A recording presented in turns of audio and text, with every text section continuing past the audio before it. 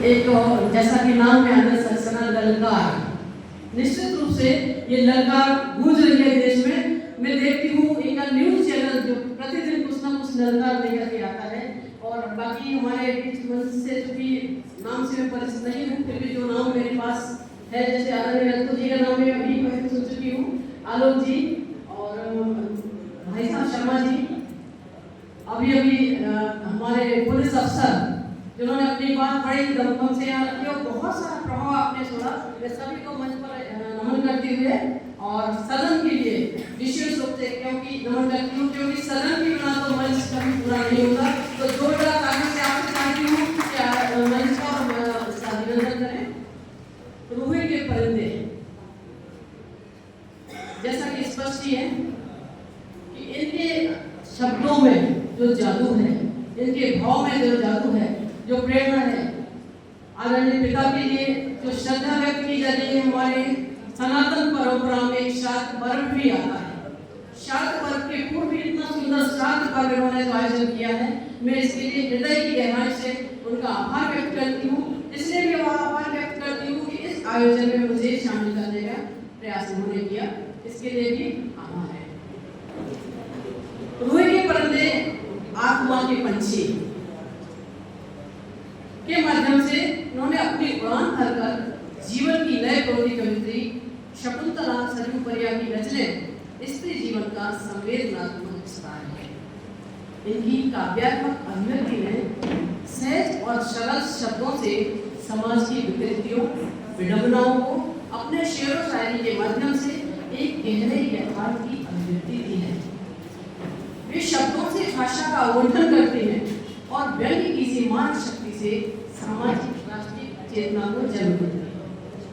यह शब्दों की शक्ति ही है जो जीवन का संदेश देती है, चाहे भावों के द्वारा हो या भौतिक रूप से।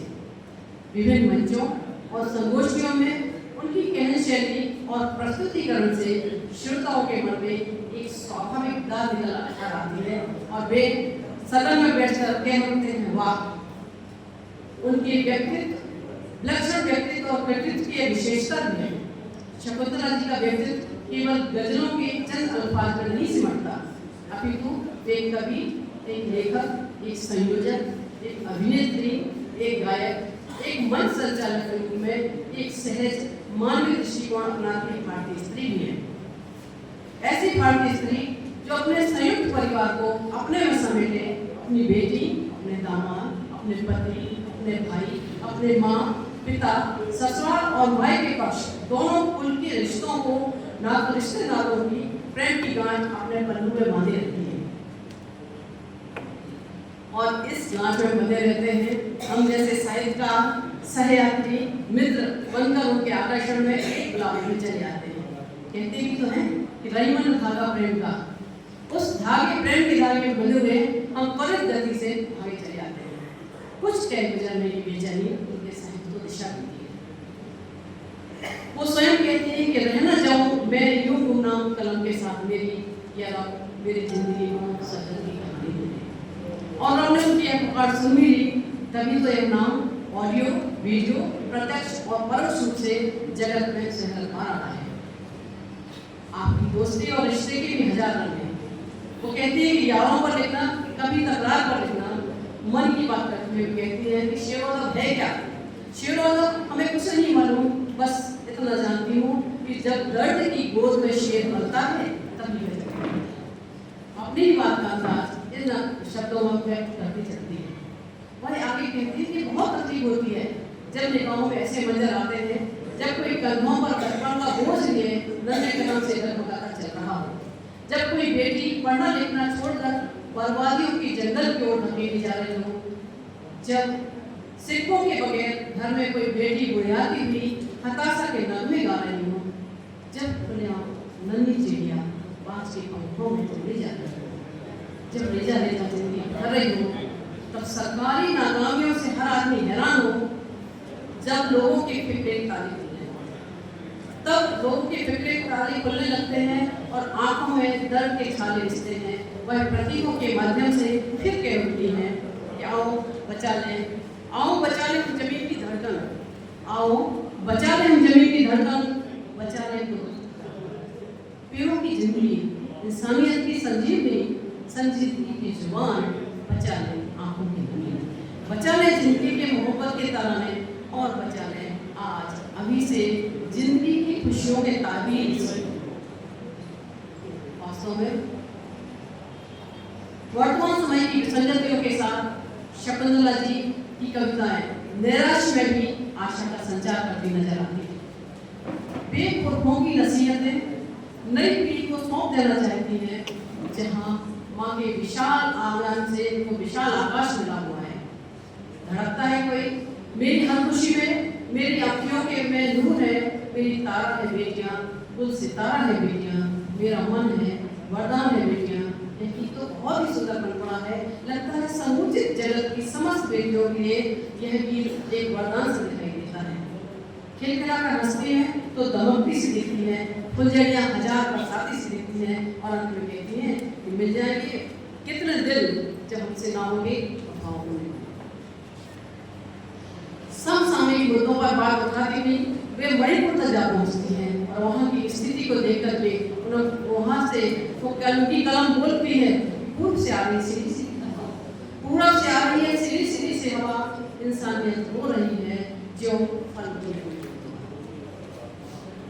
पारिवारिक रिश्तों, सांस्कृतिक विखंडन को लेकर उनके भाव और विचार गीत गजल की पहली धार में चलकर डॉक्टर सुरपरिया केवल सामाजिक और सांस्कृतिक को नहीं लेती, अपितु अपने परिवार की नब्ज भी टटोलती है। कहती है, हैरान हूँ मैं रिश्तों में दरार देकर, हैरान हूँ मैं रिश्तों में दरार देकर, दोनों के दरमियान एक नई दीवार को लेकर। आजकल के पारिवारिक स्थिति, वर्तमान स्थिति, रिश्तों में टूटती परंपरा, वैवाहिक तालाब प्रकरण जो बढ़ते जा रहे हैं, इन सब पर उनके कलम गजल की पहली धार चलकर चिंतित होती है ऐसी बेटियों के। तो कहीं मातृत्व बोध में से लेकर कोख से लेकर जमाने भर में असुरक्षित बेटियों के लिए ऐसा लगता है जैसे प्यार के पानी के बिना प्यासी से दिखाई दे रही है।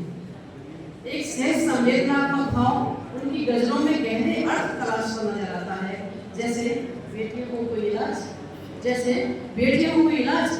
वे बचा लेना चाहते हैं अपने अल्फाज से रोशनी के रिश्ते और दिल के अफसाने, जिंदगानी, अंदर के इंसान को, जीवन की नश्वरता, सच्चाई के बोध को। लम्हा जिंदगी का निकल रहा है, और इस सब के बीच हमें सब कुछ बचाना है। उम्रदराज माँ को, बेटियों की सूरत को, अपने गांव को भी, प्रीत को, प्रेम के रिश्तों को अपने में समर्पित पलटने की भांति उड़ान भरकर बचपन से लेकर अब तक के जिए गए, भोगे गए यथार्थों, अनुभवों को, तथ्यों को बड़ी सुंदरता से उन्होंने अपनी नगमों में पिरोया है। वो कहती भी है कि खुशनसीबी से मुझे दर्द का दर्द भी मिला है। यहाँ देखिए, दर्द का दर्द, इसको भी खुशनसीबी ढूंढ लेती है। ये है निराशा में भी आशा का संचार। खुश रहने के लिए बहुत जरूरी है कि किसी से उम्मीद ही न रखी जाए, क्योंकि अपेक्षा ही उपेक्षा की गई है, उपेक्षा ही अपेक्षा को जन्म देती है। और जब अपेक्षा की ही नहीं जाएगी तो निश्चित तौर पर हम खुश रहेंगे। और यही सोच उन्हें राष्ट्र स्तर पर गर्व दिलाती है। मुझे कहती है कि अपने राष्ट्र पर भी गर्व है जरा जरा, इसलिए शायद ये जिंदगी का गुलशन महकता है। प्रेम से आपको सजने समझ लगी है, इसी प्रेम में पसीना होकर के सजती है और बेटियों पर दिल से प्रेम बनाती है। हाँ, शकुन जी की दो बेटियां उनकी परछाई के रूप में हमेशा उनके साथ हैं। परछाई मेरी कविता में उष्मा आने की पर्याप्त खोई मिलती है।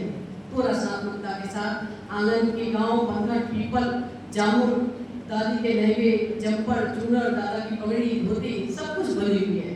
तालाबों में कमल खिल रहे हैं, होली है, दीपावली है, और संस्कारों को लेकर इनका गांव अग्रणी है।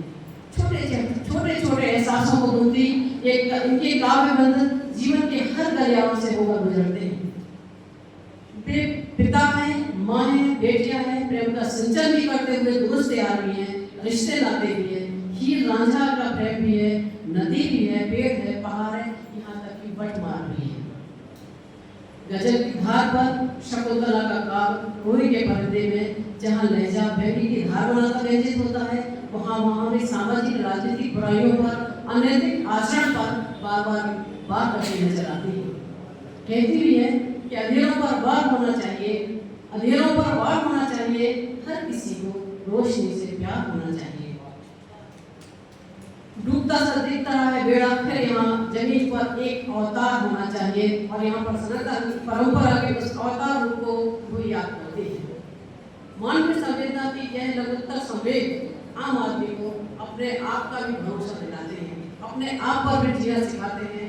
भाव भाषा भाव का अनुकरण करती हुई स्वयं ही शिल्प में ढलती हुई दिखाई देती है।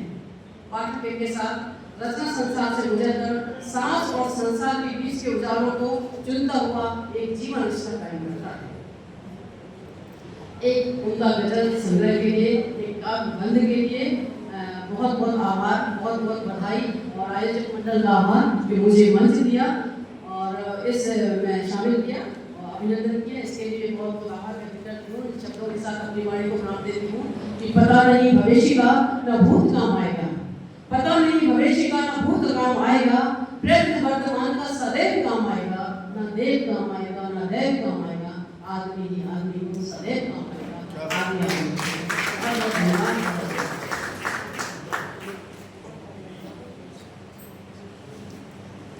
बहुत बहुत आभार वंदना जी, बहुत ही सुंदर शब्दों में मेरी किताब उसमें आपने कागज में स्वागत कर दिया। समीक्षा में बहुत बहुत आभार, धन्यवाद। भोपाल से पधारी हमारी जोशी बहन डॉक्टर वंदना मिश्र ने समीक्षा पढ़ी। एक संक्षिप्त समीक्षा हमारे बंधु डॉक्टर अवधेश जोरे जी जो भीलवाड़ा से हमारे बीच हैं, मशहूर गजलकार हैं। उनके आदि कई बच्चे